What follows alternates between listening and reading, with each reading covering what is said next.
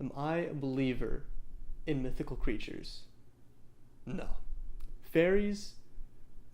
I don't believe in fairies for a second. Anything pixie related? Mermaids? Not for me.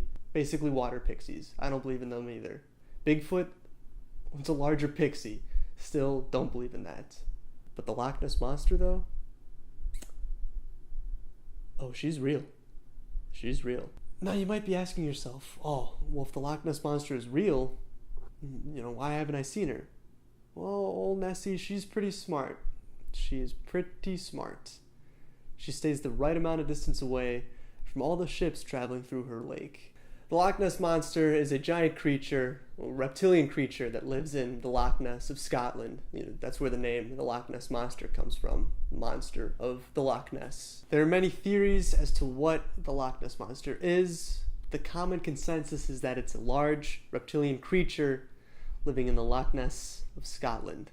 Am I a believer in the Loch Ness Monster? Personally, I have never seen the Loch Ness Monster, but I am a believer. I do believe it exists. I've heard many stories about the Loch Ness Monster, or Old Nessie, as the residents call it, but one story does stand out in particular to me.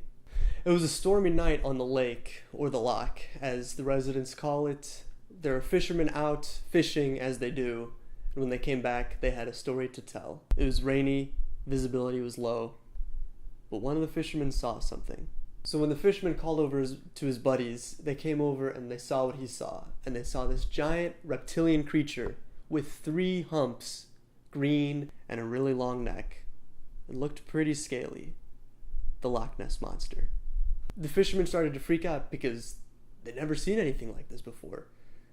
They're usually used to catching small fish, but this was something else. Though none of the fishermen really could get a picture of the beast, the creature, they all believed what they saw.